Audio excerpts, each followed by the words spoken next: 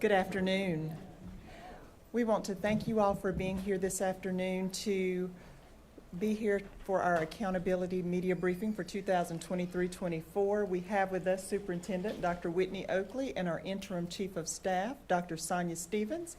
And at this time, we'll turn it over to Dr. Oakley. Thank you, and thanks for joining us as we're able to share progress our students made during the 23-24 school year and our continuous effort to strengthen schools.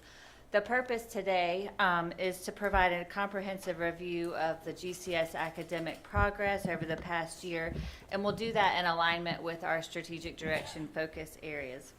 We're very proud of all of the hard work of our teachers and students and staff and principals and our principal supervisors, and we're very excited to share these results. We'll also share how our supports for students beyond the classroom is beginning to have some effect on non-academic outcomes, and then at the end, of course, we'll open it up for any questions that you may have. As we go through the presentation today, there are a few themes to keep an eye out for. It's important to have this as an overlay to our discussion, and it's going to help us reflect on our progress. Specifically, look for examples of the following: how we're demonstrating that we're in a better place today than we were 3 years ago. We are facing budget shortfalls, and we're focused on moving forward and the work ahead. We're going to start with how we are accelerating learning. It's important to know that the U.S. is still facing a literacy crisis when we look at grades K through 3 across our country. But according to the North Carolina Department of Public Instruction, North Carolina students in grades K through 3 are making progress, and we're seeing that same trend here in Guilford County schools.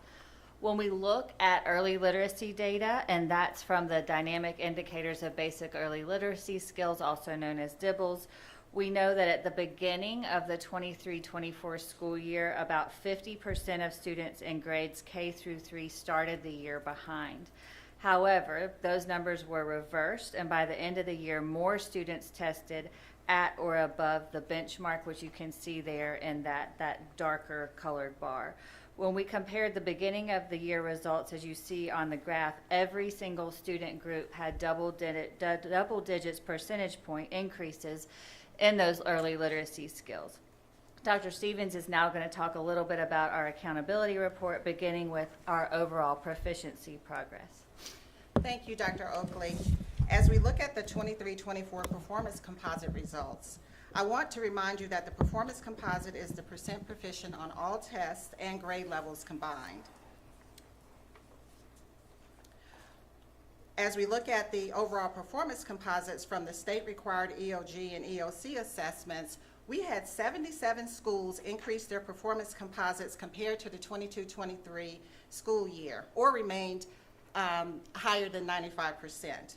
We also increased proficiency for all student groups compared to 22-23, and 36 schools had 23-24 performance composites that were at or above the pre-COVID levels in 18-19, up from 28 and 22-23.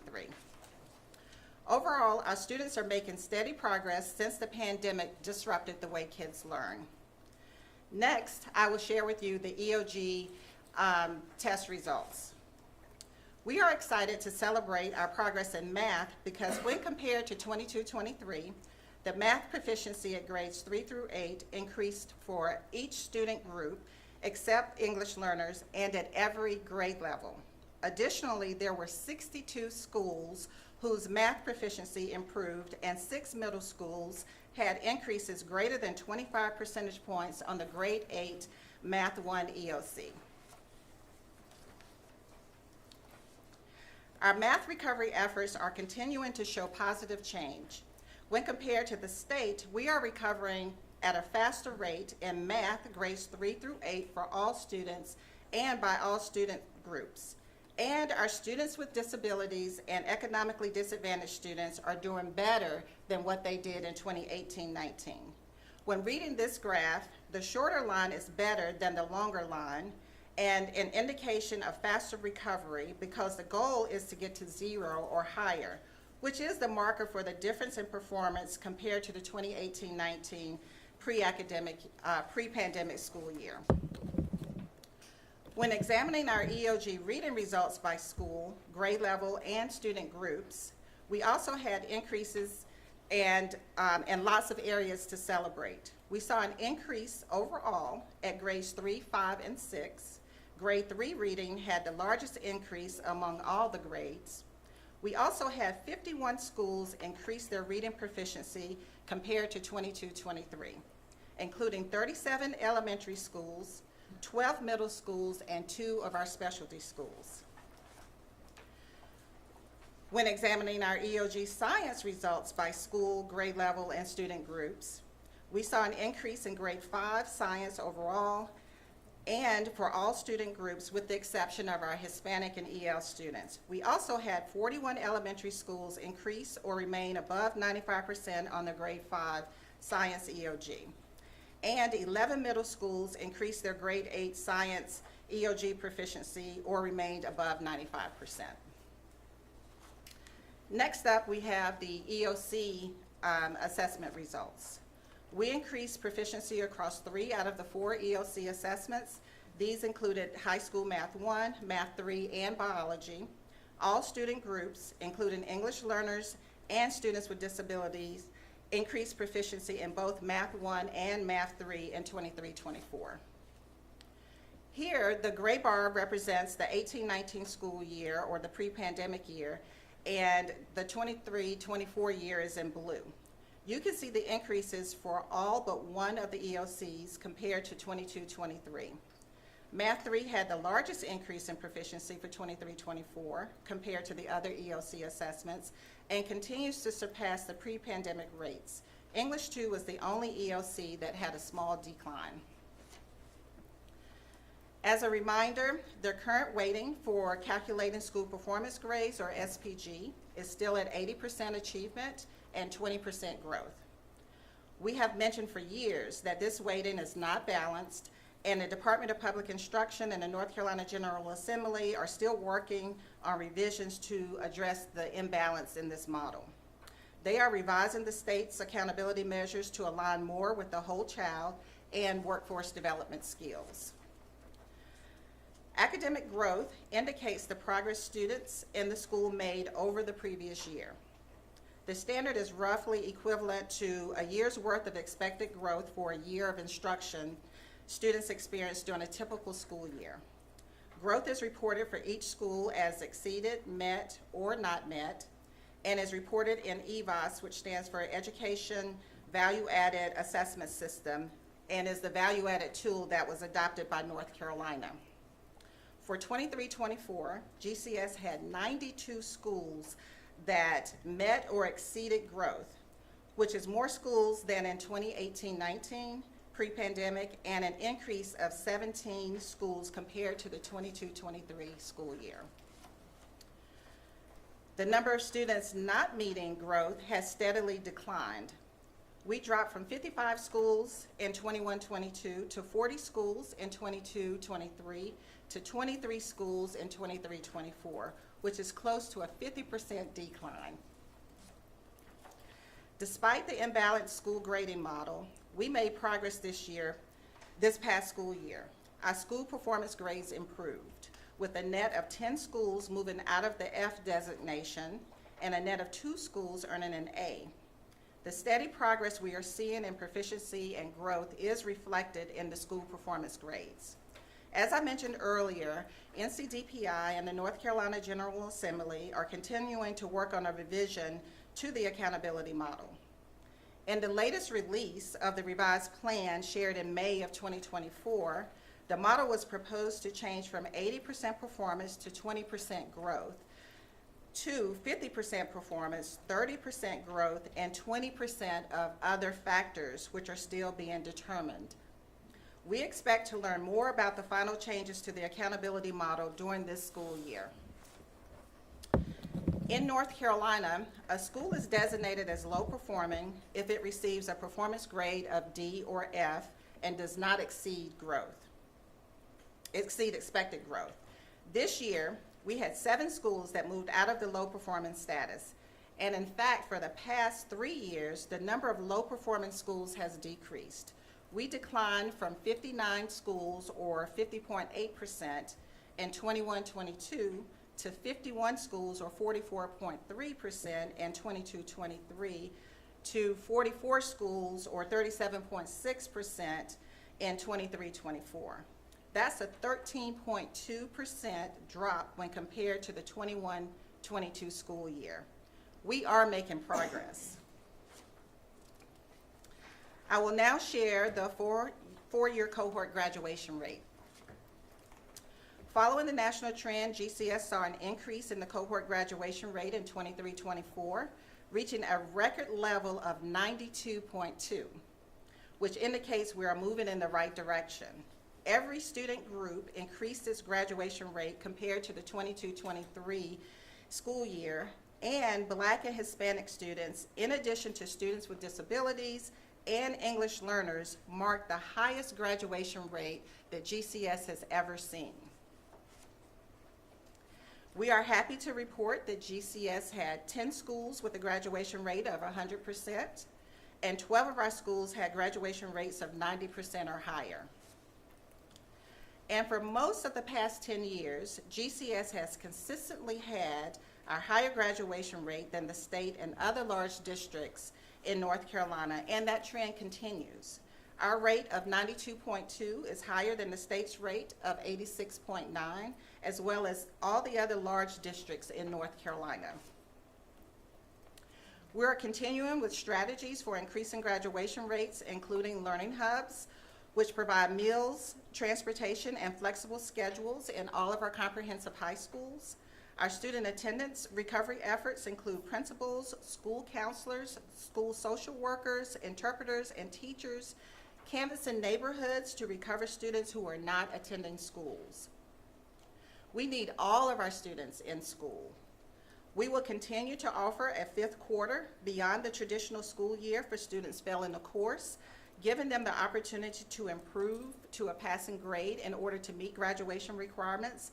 And finally, we have increased student support that's provided for schools with the largest declines in graduation rates to recruit students to attend summer learning opportunities. For 3 years in a row, students who attended learning hubs had higher graduation rates than those who did not. A deeper dive into the graduation rate analysis showed that students who attend learning hubs have a 29% increased probability of graduating. So the data consistently show that our learning hubs aren't just a good idea, they are a good investment. While tutoring and learning hubs are making a difference, we must also consider the impact of the sunsetting of ESSER funding. Just last year, the cost of high-dosage tutoring increased from $3 million to $8 million because we doubled the number of students who were participating in tutoring and tripled the number of tutoring sessions that they received. We will need to identify ways to continue providing these supports that students are accessing and that are making an impact on learning and life outcomes. Next, we will discuss other performance indicators, which include career and college ready measures such as ACT proficiency for 11th graders, ACT work keys for CTE concentrators, and English language progress for our EL students. The overall ACT average score for GCS is 17.3, which is a small decline from the 22-23 school year, and that average score of 17.5. It is important to note that the ACT has not been required for application to the UNC system, college, and university since the pandemic, but the UNC Board of Governors approved a revised policy in May of 2024. For students that entered college this year in 24-25, an ACT score was not required. For students entering college next year in 25-26, if their weighted GPA is between 2.5 and 2.8, they must submit an ACT score, but there isn't a minimum requirement. For students entering college in 26-27, if their weighted GPA is between 2.5 and 2.8, they are required to have an ACT score of 17 or higher.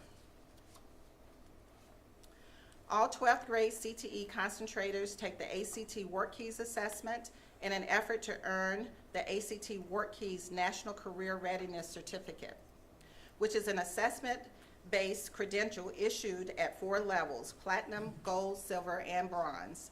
This credential measures and certifies the essential work skills needed for success in jobs across industries and occupations. On the ACT Work Keys assessment, 58.5% of GCS's 12th grade CTE concentrators scored at the silver level or higher, which is based on their performance on 3 assessments: applied math, graphic literacy, and workplace documents. Over the last 4 years, we've seen an increase in industry-recognized credentials from 2,900 to over 10,000. That's a 263% increase over 4 years. In 23-24, GCS students took 10,024 college courses. We would like to see that number increase this year. We know the benefits to students include their ability to earn college credits while still in high school and reducing the time and cost of obtaining a degree. Dual college enrollment also exposes students to the rigor and expectations of college, increasing their chances of college success. Not only does it benefit students, but it also benefits our schools and community. Students in career and technical education, or CTE, dual enrollment programs often gain industry credentials or certifications, making them more employable upon graduation. Dual enrollment can help prepare students for in-demand careers, contributing to a stronger local economy. So you've heard a lot about our successes. Now let's discuss how we continue what works to accelerate learning even more. We see positive results from the recovery efforts we have implemented and are committed to continuing what we know is working. As a reminder, our learning recovery efforts are based on 3 principles: expanding learning time, high dosage tutoring, acceleration, not remediation, and that means making sure students have access to grade level content. As we have mentioned before, we prioritize high dosage tutoring in our schools because we know it works. Continuing learning recovery efforts matter. Over the last 2 years, we've tripled the number of students served to over 17,000 and increased the number of sessions to almost 500,000 high dosage tutoring sessions, which is up 109,000 since 21-22. This year, we will provide high dosage tutoring in literacy for grades K through 3 and math for grades 6 through 8. High school students will be supported through the learning hubs. Due to declining funding sources and because of ESSER ending, the learning hubs were scaled back in 23-24, with all schools only offering them twice per week compared to 4 days per week previously. And we reduced the availability of transportation home from the hubs. Learning hubs saw a 29% decline in students participating in 23-24. But despite the learning hubs serving fewer students, we see the same positive trends as we have seen in the past with student attendance. It is important to remember that students who are invited to attend the learning hubs have 1 or more risk factors for not meeting graduation requirements, including not demonstrating proficiency on 1 or more of the state tests, a history of chronic absenteeism, English learner status, and students with disabilities, among other factors. Results are showing that our learning hubs are paying dividends. The more students visit the learning hubs, the more they show up for school. And you can see that data very clearly here. And all of us in education know how closely linked attendance and achievement are. We offer 21 CTE middle school courses within 11 pathways and 306 high school courses offering 56 pathways to our high school students.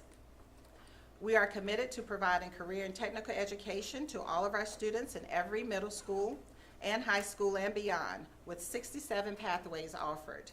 CTE pathway offerings are at all of our high schools and middle schools.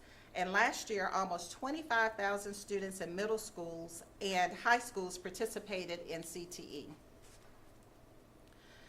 We've talked a lot about the academic supports that we provide students and how they are making a difference. And we know that the non-academic supports are just as important as for all of our students to thrive in school. Outside the classroom, we are also making significant progress in supporting the well-being of our students. Last year, we created a model that integrates our many health initiatives from nurses in schools to telehealth and mental health services. School-based telehealth is now available at 14 elementary schools. In the last year, we completed 1,440 virtual visits. Our telehealth program is having a positive impact on addressing chronic absenteeism. So what does that mean? We know that chronic absenteeism drastically increased after the pandemic. In our district, it nearly doubled. However, in elementary schools, it increased from 7% to 28%. This means that nearly 1 in 3 students miss more than 10 days of school. When students are not doing well physically and emotionally, they do not perform at the same level as they do when they are feeling well. We have 2 schools that have had telehealth for over a year, and while it's still too early to fully measure the impact of telehealth, for those 2 schools, we've seen chronic absenteeism decline between 13 and 23%. We are conducting a more in-depth evaluation to analyze the impact that telehealth is having on chronic absenteeism, but generally it takes 3 to 5 years to fully evaluate a program. But overall, our chronic absenteeism rates have dropped for a second year straight, falling below the 21-22 rates, but remaining higher than prior to the pandemic. Attendance matters, and we need our students to attend school on a regular basis. We are also continuing our mental health services and have become a national thought leader in this area. We are implementing nearly $20 million to support mental health services. Last year, we served more than 1,000 students in over 9,000 sessions. And now, I'm going to turn it back over to Dr. Oakley. Thank you.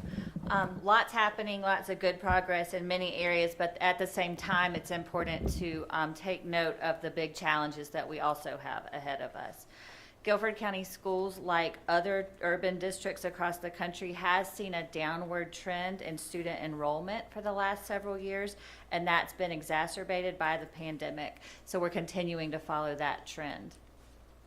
Additionally, when we think about what that means, every time a student leaves us, charter school funding increases, and our school funding and teacher allotments decrease. So since the pandemic, charter schools, state and local funds have increased by more than $36 million. So by giving charter schools nearly $100 million each year, that could be coming to our schools if we were keeping those students. Also, we know that America's schools have started to make progress towards getting students back on track, but improvement has been slow and uneven across states and across economic status, with millions of students, often those from marginalized groups, making up little or no ground.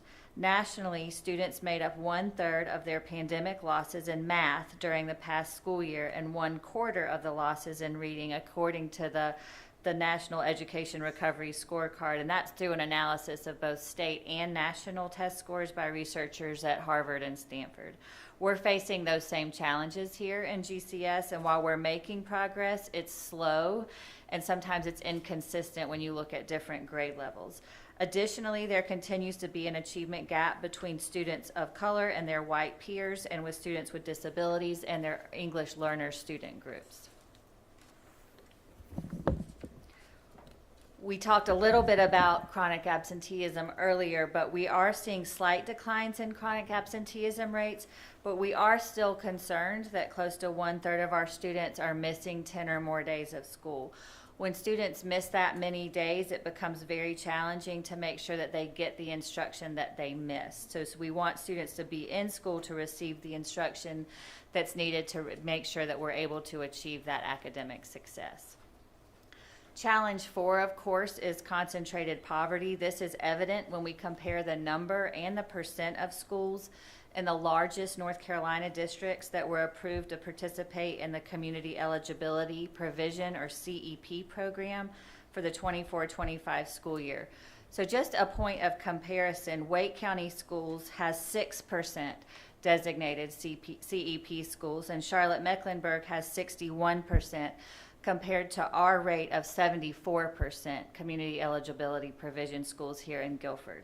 The number of schools GCS has participating in CEP is much higher when we look at the other large districts in North Carolina. This provision is the one that provides free breakfast and lunch for all students within that school. And as you can see here on the map, GCS schools with CEP status are now located in almost every area of our district.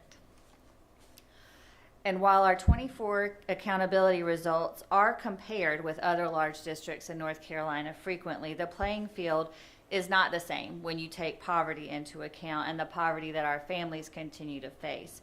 Most of these trends have held since even before the pandemic. Child poverty has been higher in Guilford compared to the state, Wake, Mecklenburg, and Durham since before the pandemic.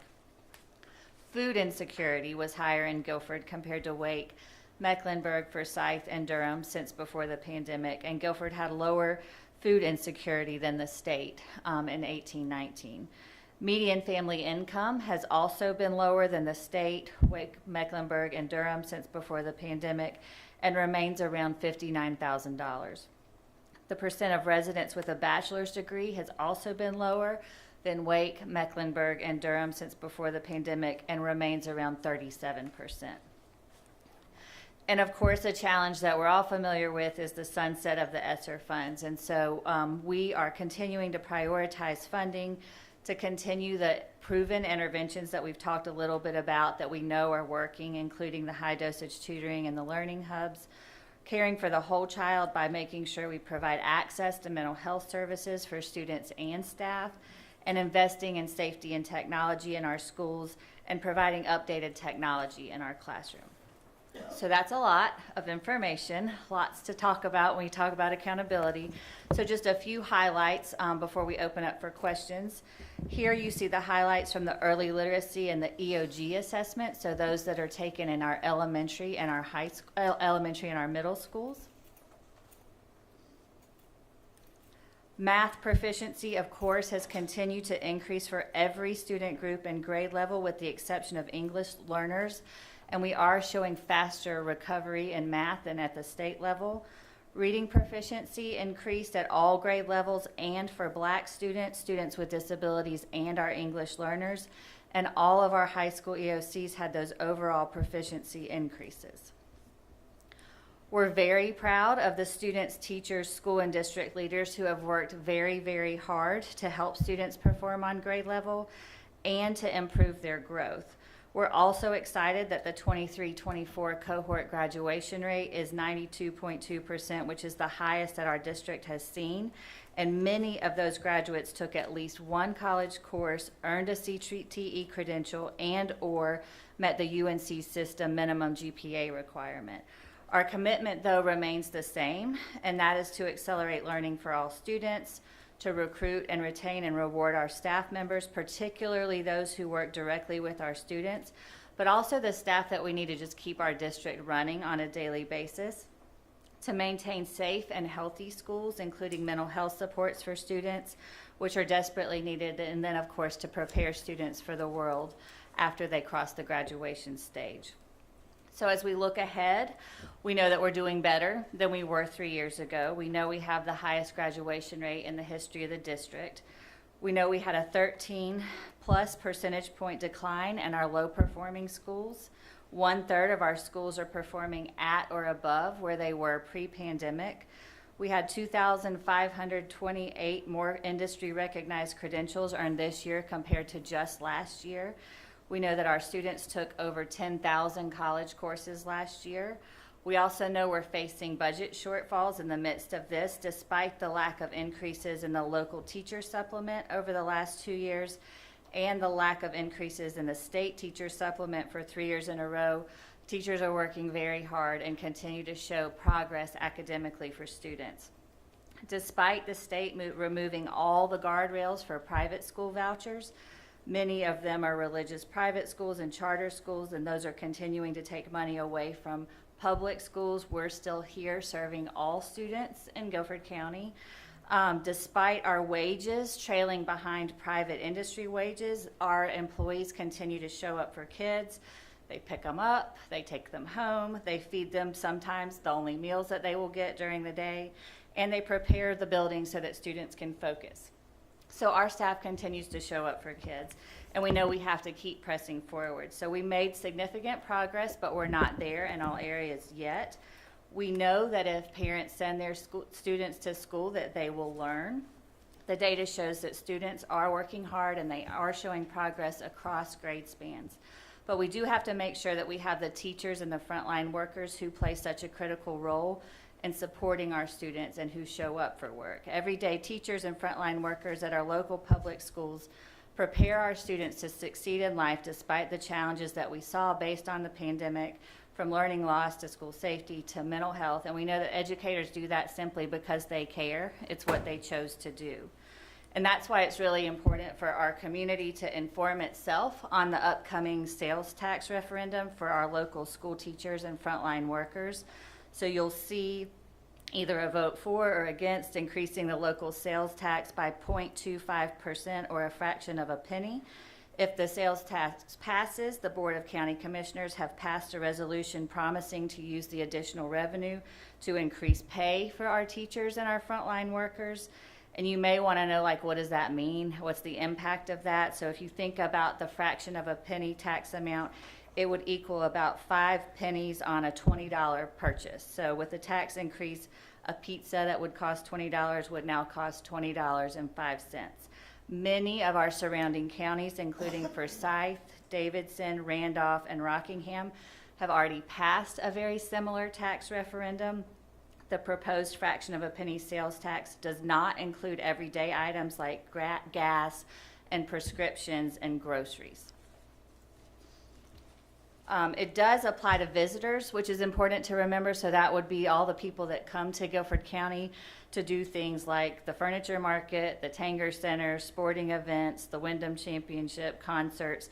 So that generates just about over a $1.6 billion in revenue, and county officials estimate that this sales tax referendum could generate an additional $25 million, which they've pledged to use to increase the pay for our teachers and frontline workers. So this November, it's really up to us to pay attention, and we want to make sure that when voters go to the ballot, they have the resources that they need to make an informed decision.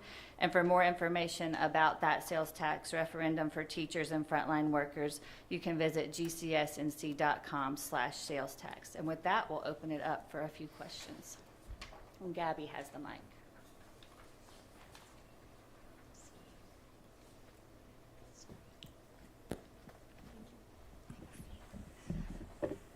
Hello, Giselle Thomas with News 2. I just wanted to follow up. I know you mentioned the importance of teachers, and I know last year teacher vacancies was a topic of discussion. So I just wanted to ask a little bit about kind of how we're filling in the gap with that. What are things looking like? If you guys are able to go into a little bit of, just explain a little bit of kind of what's going on, if we can get an update on that. Yeah, we hire teachers all year long. We're very fortunate, though, that when teachers come, they tend to stay here. Another reason why this tax referendum is something that's important for us to be informed about. I think at the beginning of the school year, how many, Shirley? We started the school year with about 15 vacancies. That's pretty positive when you compare to some neighboring counties that had in the hundreds, and so we're feeling positive about that. We're continuing to hire. Of course, it's a moving target. We have people that are eligible to retire in months during the school year. Of course, we have some people who may go out on a parental or a medical leave, and we have to fill in those gaps, but we're feeling positive about our teacher status right now. Hello, Bailey Stamos with ABC 45. I was just wondering, what are the biggest issues you guys are facing following the budget shortfalls? Yeah, I mean, this year is a little different than other years because we have this complexity of the federal dollars being scaled back. The good news is that we knew this was coming, and we've been planning for it the whole time. And so what I will say is that we will continue to do what's working, but we may not be able to do it at scale. So you saw those Learning Hub numbers, that decrease in the number of days a week. That's a really tangible example of something that we couldn't do at the same scale, but that we know we have to continue doing. Same with tutoring. We're not going to stop doing tutoring, but we're not going to be able to do it at the same scale that we were when we had those federal dollars. And then I think, it's important to talk about the sales tax piece because I listed those counties. Teachers can drive 7-10 miles down the road and have a higher teacher supplement. And so it's really, really important that we're informed about how we compensate our teachers and what we can do to change that.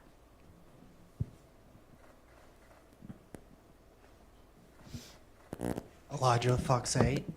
You talked about the 92.2 four-year graduation rate, the highest of all time. What is the biggest contributing factor to that high mark? Yeah, I think we shared some of the strategies that are working, but most of the time that has to do with relationships and recovery efforts and offering space for students to earn those credits in a flexible way. The whole state now requires 22 credits to graduate, but we do things like offer that fifth quarter. We offer those additional supports for schools who saw declines in graduation rates.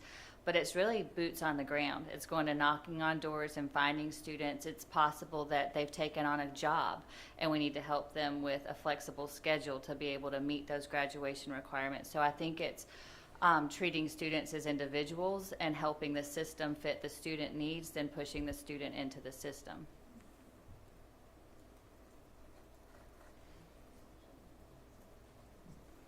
Jesse has one.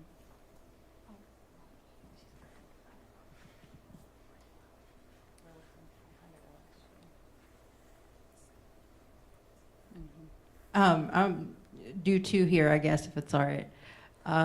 First off, Whitney, I wanted to ask you, just personally for you, what was the one piece of data that you were the most excited to see, the result of in this, out of all of these many, many data points? Third grade reading.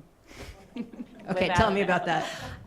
Just because it's such a predictor for students' success later in life if they're able to read on grade level by the end of third grade. It's really hard when you go from not taking a standardized test when you're 8 years old to taking a standardized test when you're 9 years old.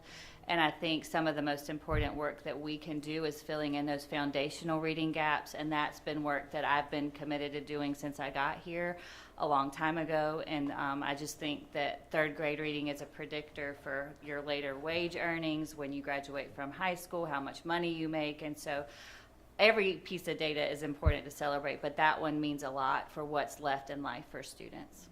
I know fourth grade dipped down a little bit. Do you expect that then this year's third graders, though, should get you guys an increase at fourth grade next year?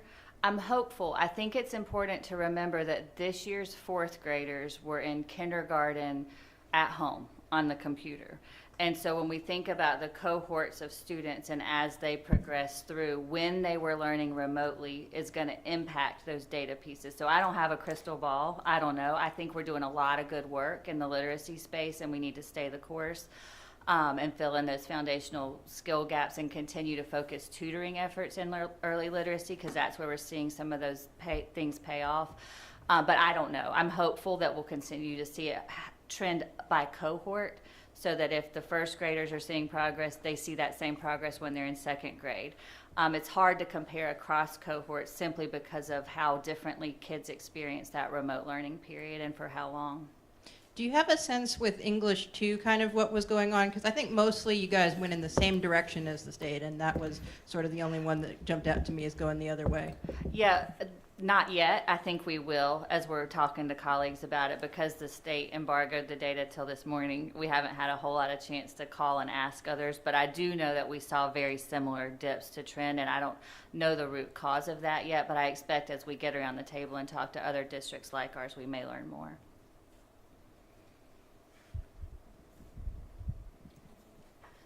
Hello, Giselle Thomas, News 2. I just wanted to ask a little bit about, I know with one of the shortfalls, it's with budgeting and things like that, but also with all of the increase in tutoring and things of that nature, that's how you guys were able to get these wonderful results. So I wanted to ask a little bit about that, like finding the in-between, making sure you're able to continue with some of those programs, but also if you can talk a little bit about how it kind of sets back with knowing you have to scale back due to those budget concerns. Yeah, I think we had to decide what our best bets were. Like what did we have data to prove was working? And so when we did that, we narrowed it down to having some flexible evening time for high schools, which is why we're able to do a reduced number of days of those learning hubs. And the same, we need to continue tutoring, but we're having to narrow. So we're doing less for high school, more for elementary and middle. And so we've also just had to lean heavily on philanthropic partners, and we'll continue to try to do that as we move forward.